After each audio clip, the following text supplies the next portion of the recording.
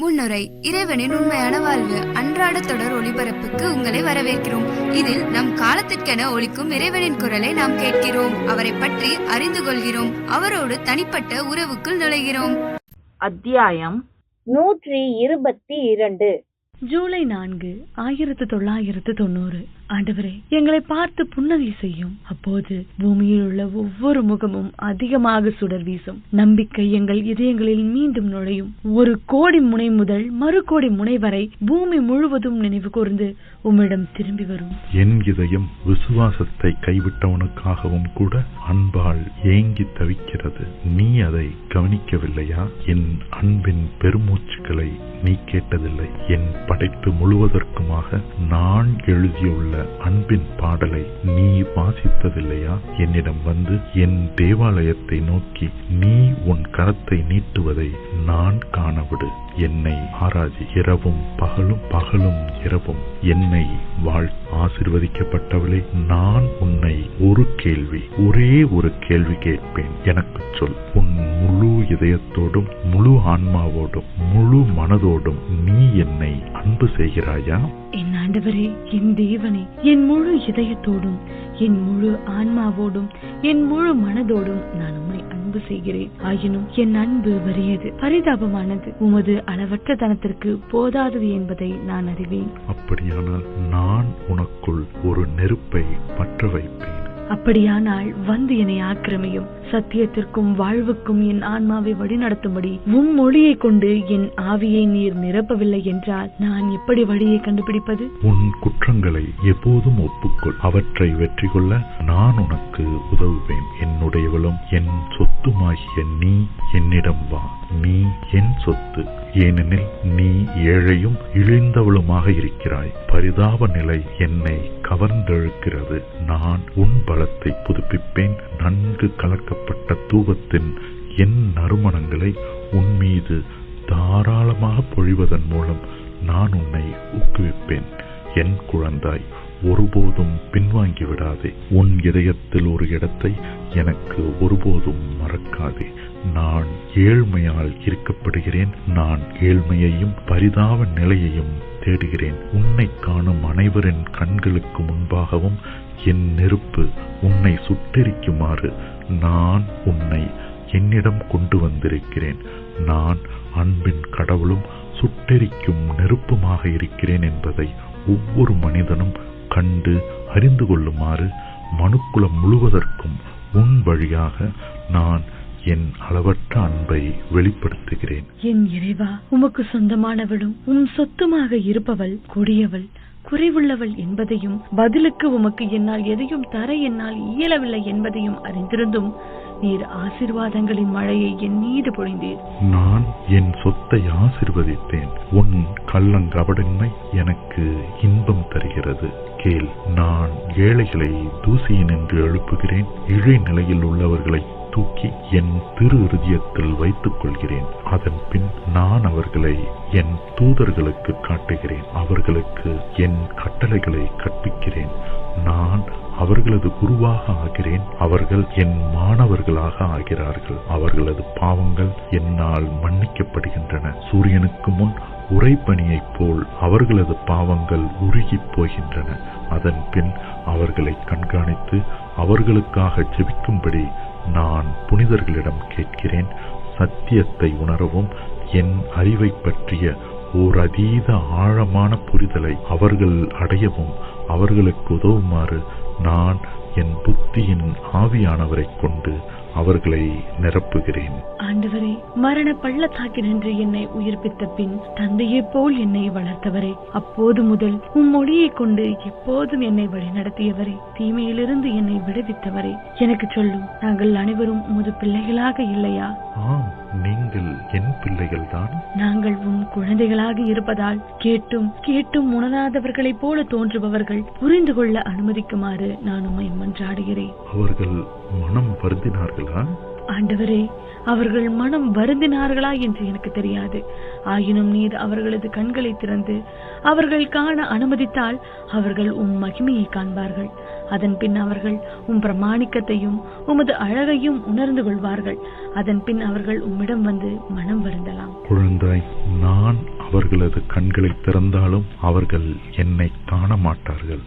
அவர்கள் இருளால் சூழப்பட்டிருப்பதால் என்னை காண மாட்டார்கள். அப்படி இருக்க நான் எந்நேரமும் அவர்களது அருகில் இருந்தாலும் அவர்கள் என்னை காண வேண்டும் என்று நீ எப்படி விரும்புகிறாய்? அவர்களது இருள் அவர்களை குருடாக்குகிறது. ஆகவே மகளே, வெளிப்படையாக பேசு, அவர்களுக்கு அஞ்சாதே, உண்மையை உரக்க சொல்ல பயப்படாதே, உன்னை மௌனமாக்கப்பட அனுமதிக்காதே. என் குழந்தாய், என் மகளே, நான் உன்னோடு இருக்கிறேன். இல்லை, மௌனமாக இருக்காதே, உன் கடவுளோடு வேலை செய்ய தொடங்கு. இந்த பணிக்காகவே நான் உன்னை பராமரித்தேன், உன்னை வளர்த்தேன். ஒரு கன்னிகையை மனம் புரியும் ஓர் இளைஞனைப் போல நான் உனக்கு என் இதயத்தை கையளித்து உன் இதயத்தை கேட்டேன். உன்னை உருவாக்கியவரும் உன்னை மனம் புரிந்தவரும் இயேசுவாகிய நானே. மணவாளன் தன் மணப்பெண்ணில் அக்களிப்பது போல நானும் உன் வறுமையிலும் உன் பலவீனத்திலும் இப்போது அக்களிக்கிறேன். ஒரு காதலன் தன் கன்னிகையை தேடிச் செல்வது போல நான் உன்னை தேடி வந்தேன். உன்னை எந்த வழியில் என்னுடையவளாக்கிக் கொள்ளலாம் என்று தேடியபடி நான் எல்லா திசைகளிலும் சென்றேன். இப்போது நீ என்னுடையவளாக இருப்பதால் நான் உன்னை வைத்துக் கொள்வேன். நான் பலவீனமானவள், என்னை துன்புறுத்துவோர் சோர்வின்றி என்னை வேட்டையாடுகிறார்கள். ஆனால் என் நம்பிக்கை உம்மில் உள்ளது. நான் இந்த அந்நிய நாட்டில் உமக்காக மட்டுமே வாழ்கிறேன். மேற்கொண்டு இவ்வுலகில் எதுவும் எனக்கு இன்பம் தரவில்லை. ஏற்கனவே என் கண்கள் உமது சமாதான உலகிற்காக ஏங்கி தவிக்கின்றன. என் இதயமும் என் ஆன்மாவும் உம்மீதுள்ள அன்பால் பொங்கி வழிகின்றன. நீர் என் அடைக்கலமும் என் மகிழ்ச்சியுமாயிருக்கிறீர். சாத்தியமானால் உமக்கு ஓர் அடிமையையும் விட கீழானவளாக, ஆம், ஒரு துணை அடிமையாக என்னை ஏற்றுக்கொள்ள நான் உம்மிடம் கேட்டிருந்தேன்.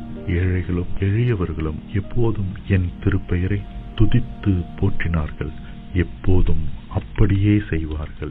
இயேசு இங்கே தமக்கு தாமே பேசிக் கொள்பவரை போல் இருந்தார். இதனால் தான் அறிஞர்களுக்கும் விவேகிகளுக்கும் ஞானத்தை மறைத்து குழந்தைகளுக்கு அதை வெளிப்படுத்துவதற்காக நான் பிதாவுக்கு நன்றி கூறுகிறேன். ஏழைகளாகவும் பரிதாபத்துக்குரியவர்களாகவும் இருக்கும் நீங்கள் பேறு பெற்றோர். ஏனெனில் கடவுளின் அரசு உங்களுடையது. இப்போது நிறைவு பெற்றிருப்போருக்கு ஐயோ கேடு, அவர்கள் பசியாயிருப்பார்கள். என் பொருட்டு மக்கள் உங்களை துர்பிரயோகம் செய்து உங்களை துன்புறுத்தி எல்லா வகையான அவதூறுகளையும் உங்களை பற்றி பேசும்போது நீங்கள் பேறு பெற்றவர்கள். அகமகிழ்ந்து கழிகூறுங்கள், ஏனெனில் பரலோகத்தில் உங்கள் கைமாறு மிகுதியாக இருக்கும். உங்களுக்கு முன்னிருந்த இறைவாக்கினர்களையும் அவர்கள் இப்படியே துன்புறுத்தினார்கள். மகளே, சோர்ந்து போகாதே. நான் உனக்கு தந்துள்ள வேலையை செய்து முடி. உன் ஆண்டவரை கண்டு பாவித்து சந்தேகத்தின் சுவடு எதுவுமின்றி என்னை பின்செல். நான் உன்னை அதிகமாக தாழ்த்துவேன். ஏழையாகவும் பலவீனமாகவும் பணிவும் கீழ்ப்படிதலும் உள்ளவளாகவும் நிலைத்திரு. என் பார்வையில் மகிழ்ச்சி அளிப்பவளாக இரு. என்னை அன்பு செய், என்னை வாழ்த்து. நான் உம்முடையவள். உம் கண்களின் கீழ் நான் உண்மையான சமாதானத்தை கண்டுகொண்டேன். நான் உம்மை வாழ்த்துகிறேன்.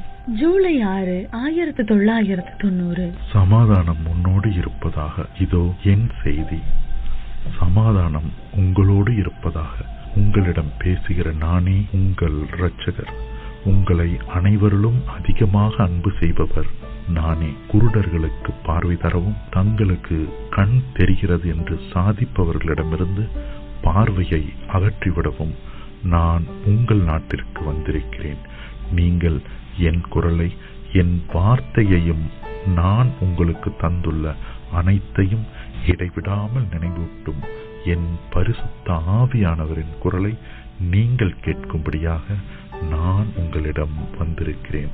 நான் சொல்வதை கேளுங்கள். பூமியின் குடிகளே, நான் உங்களை எவ்வளவாக அன்பு செய்கிறேன். உங்கள் அச்சத்திற்குரிய தீய தன்மைகளையும் எனக்கு நீங்கள் காட்டும் அலட்சியத்தையும் மீறி உங்கள் இயேசுவாகிய நான் உங்களை அன்பு செய்கிறேன். என் அன்புக்குரியவர்களே, இன்று உங்கள் மெய்ப்பராக இதை உங்களுக்கு சொல்லுமாறு நான் வந்து உங்கள் முன் நிற்கிறேன். என் அரசு அண்மையில் உள்ளது. இந்த தலைமுறை கடந்து போகும் முன் என் இன்றைய தீர்க்கதரிசிகளால் முன்னுரைக்கப்பட்டுள்ள அனைத்தும் நிறைவேறும். என்னை புகழ நான் வாய்களை தந்திருந்தும் என் திருப்பெயரை கரைப்படுத்த மட்டுமே அவற்றை பயன்படுத்துவோருக்காக ஜெபியுங்கள். என் அழகையும் என் பரிசுத்தத்தனத்தையும் என் அதிசயங்களையும் காண நான் கண்களை தந்திருந்தும் தங்கள் பாவங்களால் தங்கள் கண்களில் தோன்றியுள்ள செதில்களின் காரணமாக குருடாகி போனவர்களுக்காக ஜெபியுங்கள். என் வார்த்தையையும் என் அன்பின் பாடல்களையும் கேட்க நான் செவிகளை தந்திருந்தும் கேட்டு மனம் திரும்புவது பற்றிய அச்சத்தால் தங்கள் கேட்கும் திறனை மங்கி போக அனுமதித்தவர்களுக்காக ஜெபியுங்கள். யாருடைய வாய்களிலிருந்து பொய் சாட்சியம் வெளிவந்தாலும் அதை உணராமல் இருக்கிறார்களோ அவர்களுக்காக ஜெபியுங்கள். அவர்களுடைய தலைவர்கள் வீழ்ச்சி அடைவார்கள். அவர்கள் நீதியை எதிர்கொள்ள வேண்டியிருக்கும். விஷ அம்புகளை ஒருவர் மீது மற்றவர் வீசுவதை ஒருபோதும் நிறுத்தாமல் இருப்பவர்களுக்காக ஜெபியுங்கள். அவர்கள் எப்படி என் திருவுடலுக்கு தீங்கு செய்து கொண்டிருக்கிறார்கள் என்பதை அவர்கள் புரிந்து கொள்ள வேண்டியிருக்கும். உங்கள் பரிசுத்த அன்னை தனது முந்தைய செய்தியில் பிதாவின் நீதியை தணிக்கவும் அதை பின்வாங்க செய்யவும் உங்களுக்கு தந்த ஜெபத்தை ஜெபியுங்கள். உங்கள் தலைமுறைக்கு கேட்கும் சதியை தருமாறு பிதாவிடம் கேளுங்கள். தீமை செய்வதை ஒருபோதும் நிறுத்தாமல் இருக்கும் பிடிவாதமுள்ள ஆன்மாக்களுக்காக பரிகாரம் செய்யுங்கள். என் சிறிய இதயங்களே, இந்த எல்லா ஆன்மாக்களுக்காகவும் ஜெபியுங்கள். ஏனெனில் நீங்கள் பூமியின் உப்பாயிருக்கிறீர்கள். இயேசுவாகிய நான் உங்களுக்கு சொல்கிறேன், சிறிய இதயங்களே, தைரியம் கொள்ளுங்கள். ஏனெனில் நான் உங்களோடு இருக்கிறேன். என் எதிரிகள் என் திருச்சபையில் இந்த மாபெரும் விசுவாச மறுதலிப்பையும் என் தேவாலயத்தின் மையத்தில் பாழாக்கும் அருவருப்பையும் கொண்டு வந்து தங்கள் அகங்காரத்தின் காரணமாக இன்னும் தங்கள் நிலையில் பிடிவாதமாக இருந்தாலும் என் திருப்பெயர் பரிசுத்தம் என போற்றப்படுவதை நான் காண்பேன். என் வசிப்பிடம் அதன் தொடக்க கால செங்கல்களின் மீது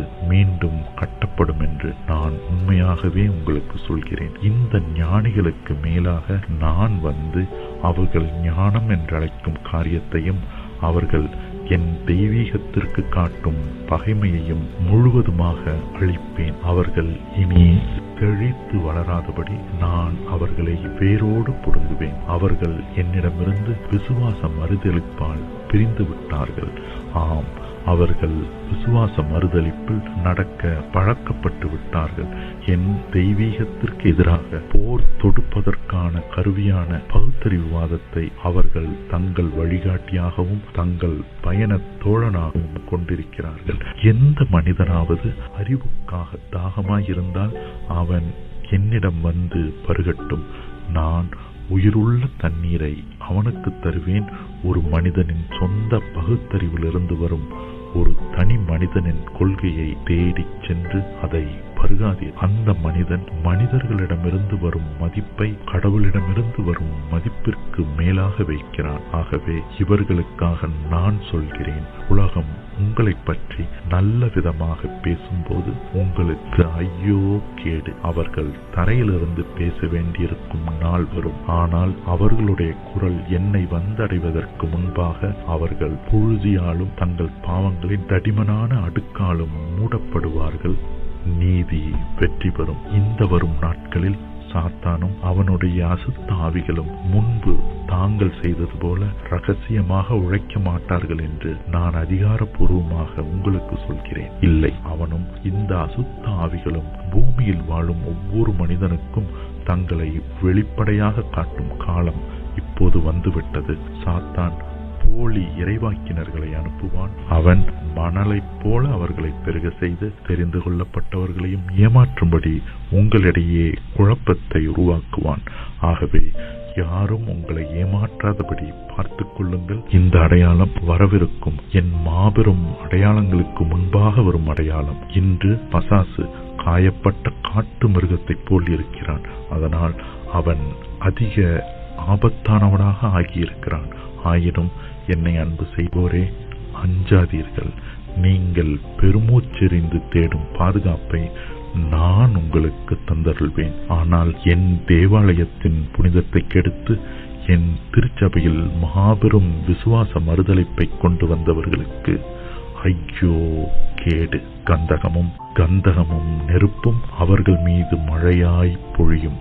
நான் உண்மையாகவே உங்களுக்கு சொல்கிறேன், குள்ள நெறிகள் வாழும். குறிப்பு: இங்கே இயேசு தமது தேவாலய பலிபீட பகுதியில் புகுந்துவிட்ட பிரீமேசன் ரகசிய சபையினரை மறைமுகமாக குறிப்பிடுகிறார். மறைவிடங்களின் வழியாக விரைவில் புனிதம் கெடாத ஒரு நெடும் சாலை புறப்படும். அது புனித வழி என்று அழைக்கப்படும். அசுத்தமானவர்கள் அதன் வழியாக பயணம் செய்ய மாட்டார்கள். ஆனால் உயிர் வாழ்வோர் அங்கு நடப்பார்கள். ஏனெனில் என்னை எப்படி ஆராதிப்பது என்று அவர்கள் அறிந்திருப்பார்கள். ஆமேன், ஆமேன் என்று என்னிடம் சொல்லுமாறு அவர்கள் தங்கள் முழங்காலை மடக்குவார்கள். சிறு குழந்தைகளே, ஒருவருக்கு எதிராக மற்றவர் எந்த வன்ம வைராக்கிய உணர்வுகளையும் ஒருபோதும் கொண்டிராதீர்கள். இணைந்திருங்கள், ஒன்றாயிருங்கள். இயேசுவாகிய நானே இதை உங்களிடம் கேட்கிறேன். நான் உங்கள் நெற்றியின் மீது என் அன்பின் பெருமூச்சை விட்டு உங்கள் அனைவரையும் ஆசீர்வதிக்கிறேன். இது உங்களை என்னுடையவர்களாக முத்திரையிடும் அடையாளமாகும். நம் பரிசுத்த மாதாவின் செய்தி. சமாதானம் உங்கள் அனைவரோடும் இருப்பதாக. என் குழந்தைகளே, இன்று நீங்கள் லூக்கா 15வது அதிகாரம் இறைவார்த்தை 4 முதல் 7 வரை நற்செய்தியை வாசித்து தியானிக்க வேண்டும் என நான் விரும்புகிறேன். ஆம், இயேசு உங்களில் யாரையும் இழக்க விரும்பவில்லை. அதனால்தான் அவர் உங்கள் இதயத்தை இடைவிடாமல் தேடிக்கொண்டிருக்கிறார். என் சிறு குழந்தைகளே, முன் ஒருபோதும் இருந்திராத வகையில் ஜெபியுங்கள். கடவுளின் திருப்பெயரை பரிசுத்தமாக காத்துக் கொள்ளுங்கள். ஆண்டவரை தேடும் எவனும் அவரை கண்டடைவான் என்பதை நினைவில் கொள்ளுங்கள். தட்டுபவன் எவனும் எப்போதும் கதவு தனக்கு திறக்கப்படுவதை காண்பான். உங்கள் மீட்பிற்காக உழையுங்கள். உங்களுக்கு தேவையான எல்லாவற்றிற்காகவும் ஜெபியுங்கள். நீங்கள் ஆண்டவரில் மகிழ்ச்சியாகவும் சமாதானத்தோடும் இருக்க வேண்டும் என நான் விரும்புகிறேன். ஏனெனில் ஆண்டவர் தமது அன்பின் பரிசை உங்களுக்கு தந்திருக்கிறார். ஆகவே அவரது அன்பை விட பெரிய பரிசு வேறு என்ன இருக்கிறது? ஆண்டவரில் சமாதானத்தை உங்களில் பலரிடமிருந்து மறைந்து போய்விட்ட இந்த சமாதானத்தை கொண்டிருங்கள். கடவுளின் அன்பிற்குள் ஊடுருவி செல்லுங்கள். அவர் உங்கள் ஆன்மாவை சுத்திகரிப்பார். ஆண்டவரை போற்றுங்கள், ஏனெனில் அவர் நல்லவர், பொறுமையுள்ளவர். உங்கள் ஆவல்களை பூர்த்தி செய்து கொள்ள மட்டும் அவரிடம் வராதீர்கள். உணவற்றவர்களாகவும் வெறும் கடமைக்காக மட்டும் அவரிடம் வராதீர்கள். ஆண்டவரை போற்றவும் அவரை அன்பு செய்யவும் அவரிடம் வாருங்கள். தினமும் கடவுள் உங்களுக்கு தரும் ஆசீர்வாதங்களை நினைத்து பாருங்கள். அன்புக்குரியவர்களே, உங்களுக்கு அவர் தினமும் தரும் ஆசீர்வாதங்களை கண்டு தியானித்து உங்கள் இதயங்களை அவருக்கு அர்ப்பணம் செய்து அவருக்கு நன்றி செலுத்துங்கள். உங்கள் நன்றி அறிதலையும் அவருக்கு காட்டுங்கள். இயேசுவே அன்பு, இயேசுவே நம்பிக்கை, இயேசு என்றால் ரட்சிப்பவர் என்பது பொருள். ஆகவே அவரது அன்பின் மிகுதியை பற்றி சந்தேகப்படாதீர்கள். அவரில் விசுவாசம் கொள்ளுங்கள். அவர் உங்களில் மிக சிறியவர்களையும் காப்பாற்ற அவர் வருகிறார். மக்களினங்களுக்கு இந்த மாபெரும் அன்பை பற்றி சாட்சியம் கூறுங்கள். பூமியின் 4 மூலைகளுக்கும் அவரது செய்திகளை பரப்புங்கள். என் குழந்தைகளே, உங்கள் பரிசுத்த அன்னையாகிய நான் எப்போதும் உங்கள் அருகில் இருக்கிறேன். நான் உங்களை ஆசீர்வதிக்கிறேன். என் திருச்சுதனின் சமாதானம் உங்கள் இதயங்களில் ஆட்சி புரிவதாக. முடிவுரை. இறைவனின் உண்மையான வாழ்வு அன்றாட தொடர் ஒளிபரப்பை இப்போது நீங்கள் கேட்டீர்கள். ஒரு புதிய ஒளிபரப்பில் மீண்டும் நாளை உங்களை காண நாங்கள் மிகவும் ஆவலாக இருக்கிறோம்.